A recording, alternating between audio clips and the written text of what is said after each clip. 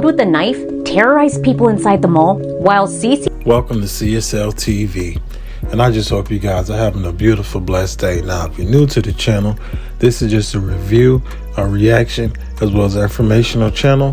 Hopefully the informational part help you in zooming out, and we just pretty much watch videos and see what's going on in the world and talk about it. And for those that's been rocking with me, I just gotta say thank you so much, because you could be somewhere else watching these videos or trying to get this info, but you decide to rock with CSL TV, and I really do appreciate it. And you know, you guys can go ahead and smash that subscribe button because it's free. You'll be doing a good deed. Like, comment, share, whatever you feel like is appropriate. Just keep it positive and have a beautiful, blessed day.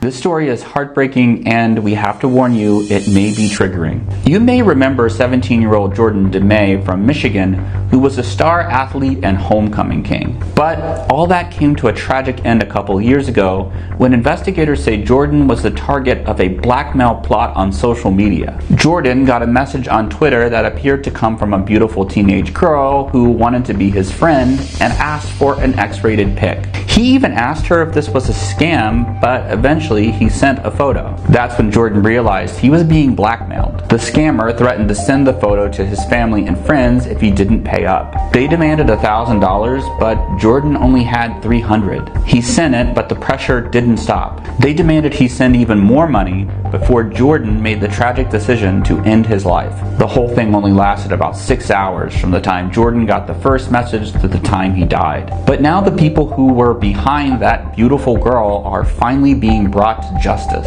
An investigation revealed the two behind this whole scheme were these men, two brothers from Lagos, Nigeria. They were brought to the US to face justice, and just this week, they took a plea deal that has them facing between 15 and 30 years behind bars each. If you or someone you know is struggling, there is help available. You can call 988 for help. My condolences goes out to that young man's family, just because that's messed up that this shit had to happen to them.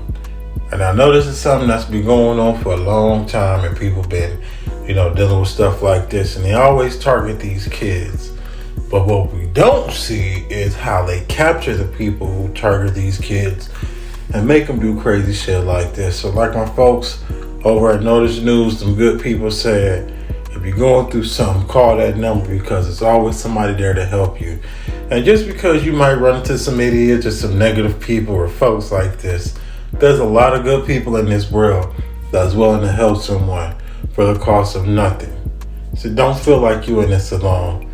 Call that number, them folks, over at Notice News, provided if you ever face something like this. This story is horrifying, and we have to warn you, the details are upsetting. This is Ashley Good, a 38-year-old mother who was out shopping at the mall this past Saturday with her 9-month-old baby girl when the unthinkable happened. That's when around 3:30 p.m., when the mall was busy with shoppers, all hell broke loose. 40-year-old Joel Kachi, armed with a knife, terrorized people inside the mall, while CCTV footage captured some of the brutal attack.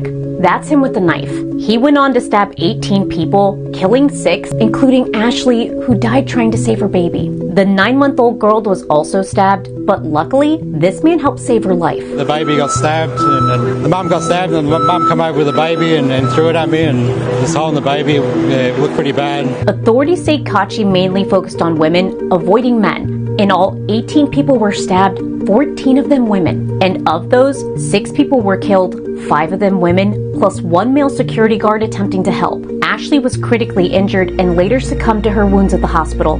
Her final moments were an act of pure love and sacrifice. Her baby girl is still in the hospital, but is expected to survive. This all went down in Australia, where the attacker was ultimately shot and killed by a female police officer, bringing an end to the violence, but leaving a community in mourning and shock.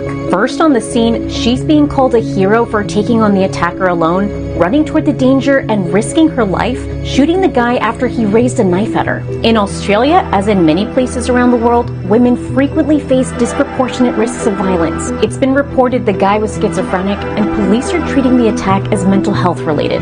His family said he'd been living with mental health issues since he was a teenager. My condolences goes out to that lady family, man.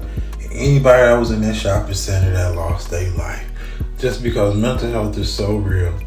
And it's just sad to see that, it don't matter where you at. Anything like this can happen because a lot of folks are going through it and, afraid to speak up or denying the help or whatever the reason could be to solve whatever's going on in their life. So things like this won't happen. So if you ever see somebody, somebody who possibly going through it, or you just have the assumption that they could be going through something, it's never wrong to make sure they okay, making sure they all right, and if they need help talking to somebody about something, counselor, whatever, as always help. You're never in this shit alone.